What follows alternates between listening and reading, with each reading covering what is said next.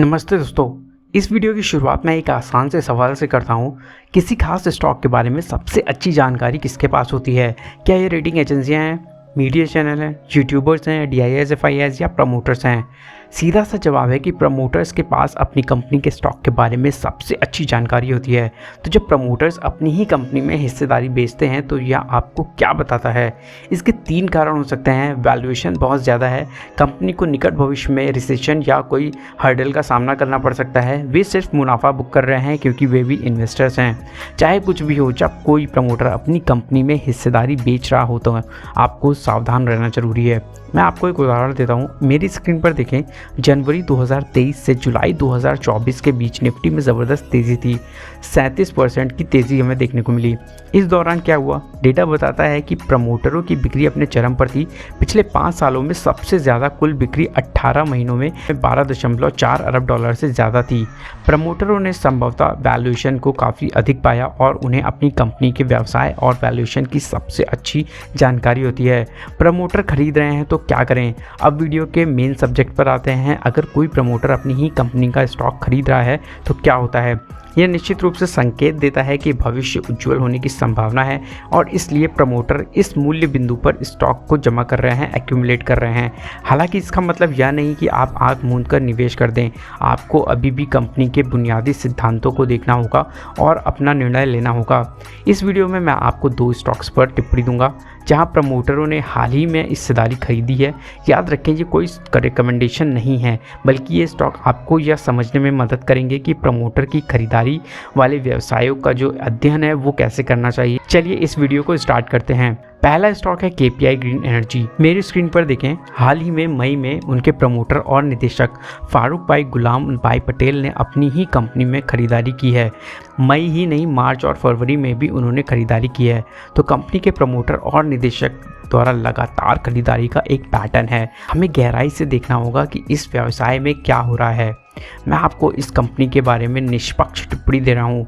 Company के profit and loss account statement में से शुरू करें।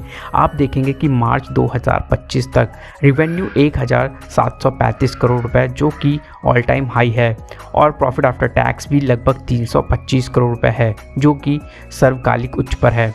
पिछले 5 सालों में सेल्स ग्रोथ हमें 97% की देखने को मिली है और प्रॉफिट ग्रोथ 118% की रही है। पिछले 12 महीनों के नतीजे भी शानदार रहे हैं। बिक्री में 69% और लाभ में 99% की वृद्धि है। एक स्मार्ट निवेशक के रूप में हमें गहराई से देखना होगा कि पैट मार्जिन पर ध्यान दें। वित्तीय वर्ष 24 में उनका पैट मार्जिन 15.7% था। वित्तीय वर्ष 2025 में यह बढ़कर 18.5% हो गया। यह 3% का सुधार बताता है कि कंपनी परिचालन के लिहाज से अधिक कुशल हो गई है। KPI ग्रीन एनर्जी एक स्मॉल कैप स्टॉक है, इसलिए कर्ज पर ध्यान देना ज़रूरी है। बिजली क्षेत्र में होने के कारण कर्ज से इक्विटी अनुपात देखना अहम है। वित्तीय वर्ष 24 में यह 0.49 था, जो घटकर 0.33 हो गया। हालांकि कर्ज 417 करोड़ रुपए से बढ़कर 862 करोड़ रुपए हो गया है।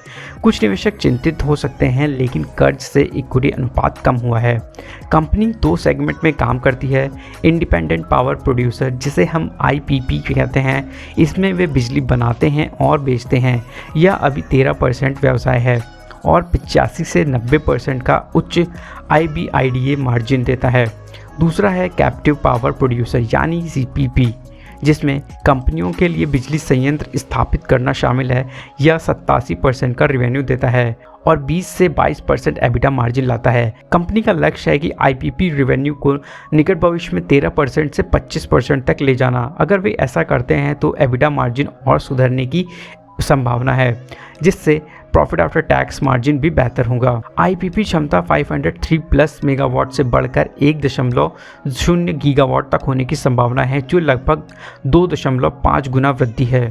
CPP भी 447 मेगावाट से 1.76 गीगावाट तक बढ़ेगा। मैनेजमेंट का कहना है कि वे अगले कुछ सालों में सालाना 60 से 70% की दर से बढ़ने की संभावना रखते हैं।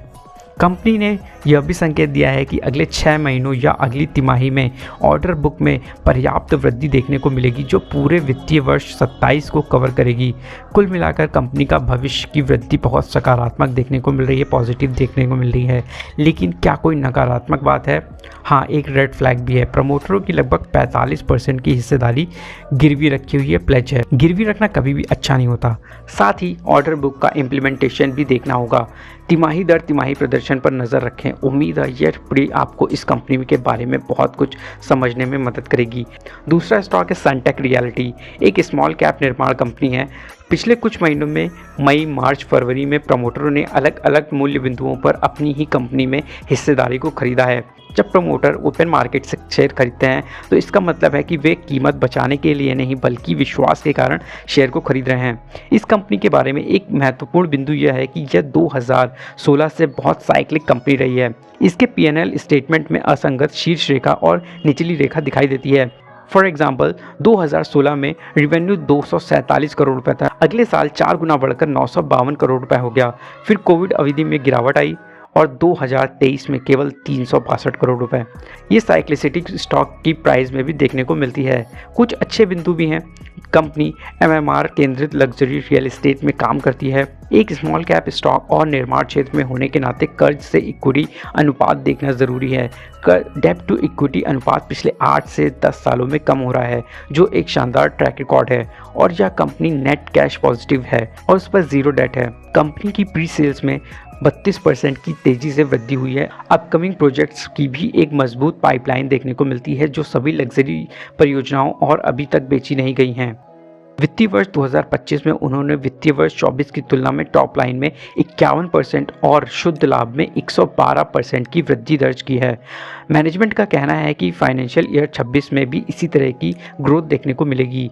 वैल्यूएशन के लिहाज से PE और PB अनुपात उद्योग के बराबर या थोड़े कम है, लेकिन पैग रेशियो की बात करें जो थोड़ा अधिक, यह एक नेगेटिव पॉइंट है क्योंकि कम पैग रेशियो ही अच्छा माना जाता है, जिसका अर्थ है EPS वृद्धि PE की तुलना में काफ़ी अधिक है। तो वीडियो पसंद आई हो तो वीडियो को लाइक करें, चैनल को सब्सक्राइब करें।